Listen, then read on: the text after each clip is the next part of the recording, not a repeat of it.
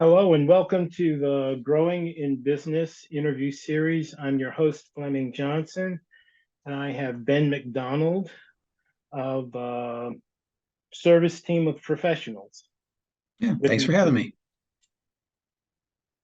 me. Good. I'm looking forward to hearing from you and some of the work you do.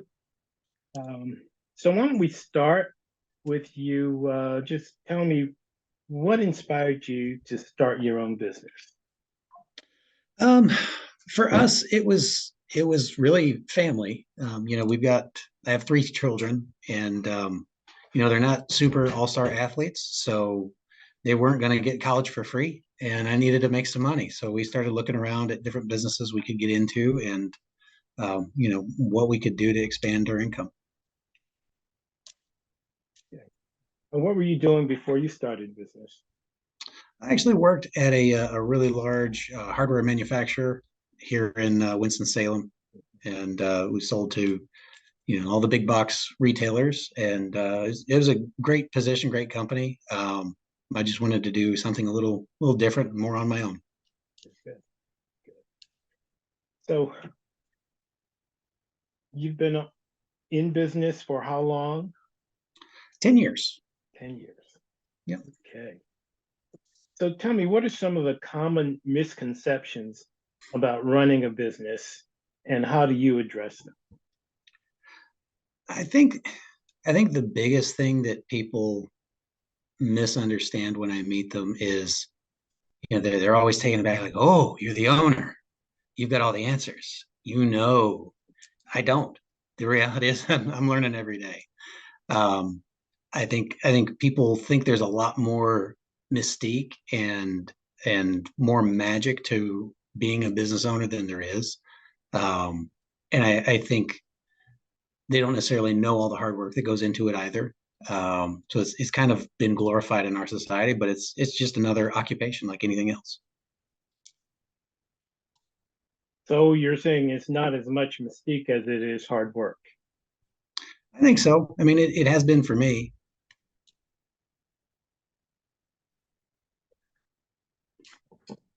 Now, you work, you have a family involved in your work. Yeah, my wife is our office manager, head of HR, does all of our accounting, all the back office stuff is hers. And then our oldest son, he just graduated from college and decided he wanted to work for us. So he did summers, when he was a kid, and a little bit in high school. He would help out in the warehouse and things. And he always enjoyed helping people. So he wanted to join the company formally once he graduated. Cool. One of the things we hear a lot of talk about is work-life balance. Mm-hmm. Tell me what that looks like for you as a business owner. Yeah, I think a lot of people, I think it's different for every person. I think every individual's got that, their happy place as far as how much they're putting into work, how much they're putting into family, what they're putting into their health. Um, and everybody's going to be a little different. I'm naturally hardwired to work a lot. When I was working as an employee, I worked a lot. I still do. But that's the balance for me that works. I still have time, when I need to, see family or, take some time off, I can do that. So for me, it's not so much a balance of time, it's more a balance of control. And being a business owner, I have the flexibility, I have the control to say, hey, I'm going to stop now, or I'm going to continue, or well, we can push this off a little bit. But it has given me a lot more flexibility, I think. And I think that's really what I value more so than just, 8 hours of work and 8 hours of play and 8 hours of sleep. It's, to me, it doesn't, the math doesn't work that way. But me being able to decide what I'm doing, that brings me balance.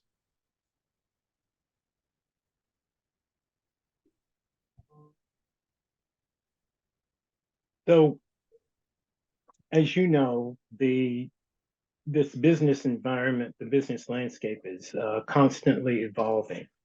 Mm-hmm. So, how do you stay adaptable and open to change. Are there any specific strategies that you use to innovate or be flexible? Um, I don't know if it's a strategy. It's a mindset for us that, I mean, I said it earlier, I don't have it all figured out.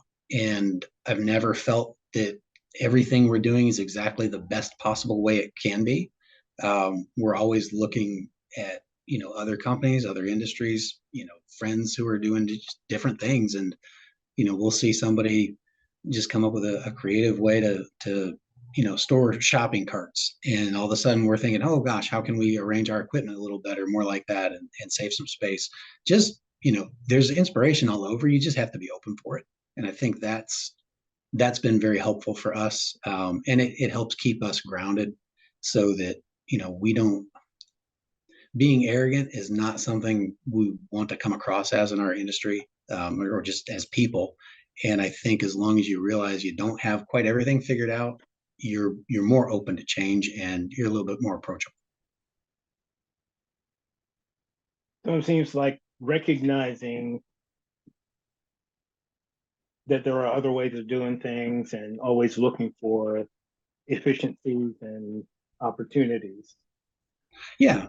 I mean, opportunities are everywhere. And, it's just a matter of choosing which opportunities you pursue and which you don't. And you have to be okay with making that choice. Tell me about where you are now and what you see going into the future.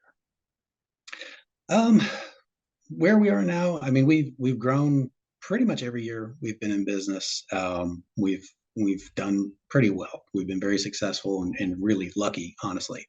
There has been a lot of hard work that went into it, but it seems, the old adage, the harder you work, the luckier you get. I think that's true.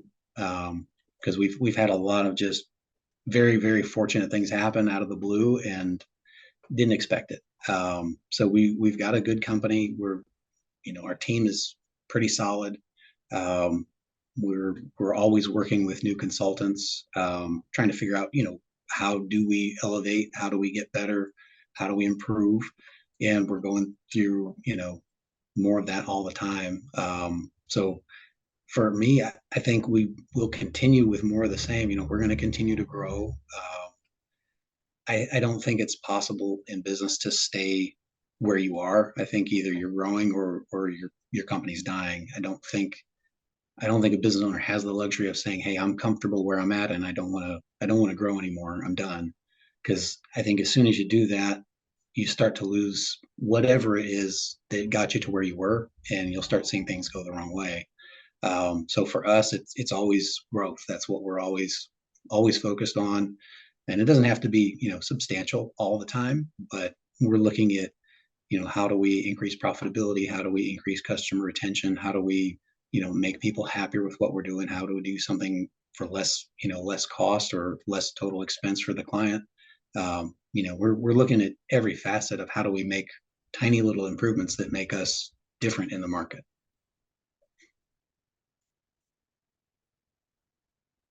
What advice would you offer to somebody who's thinking of starting a business or is just aspiring to be an entrepreneur, that are just kind of getting ready to take off? I would say it's difficult for young people, I think, to know really where their passion lies because they haven't experienced enough things.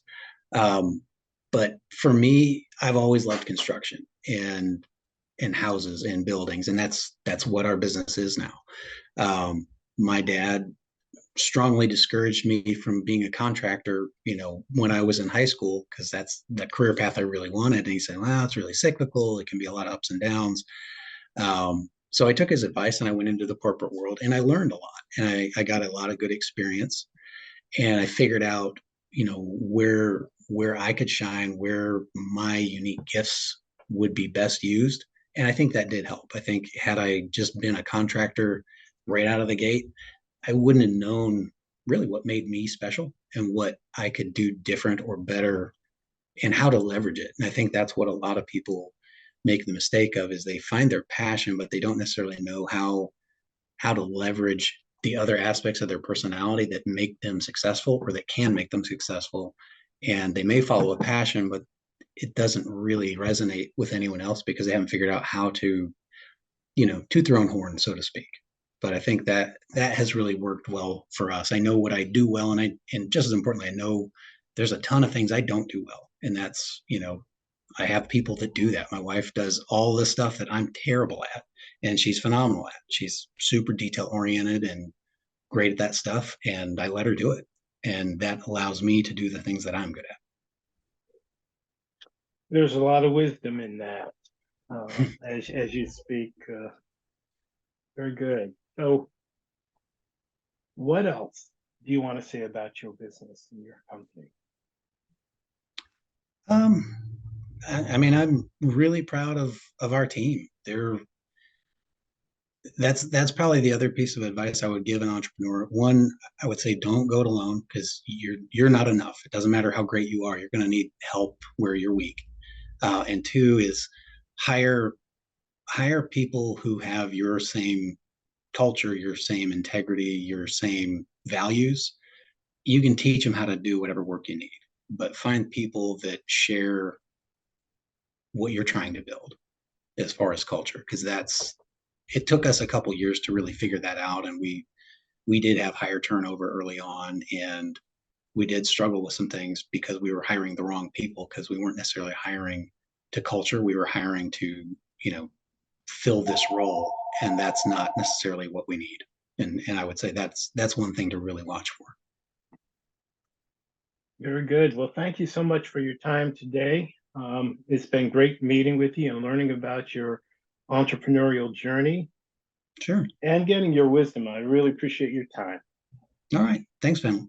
Take care.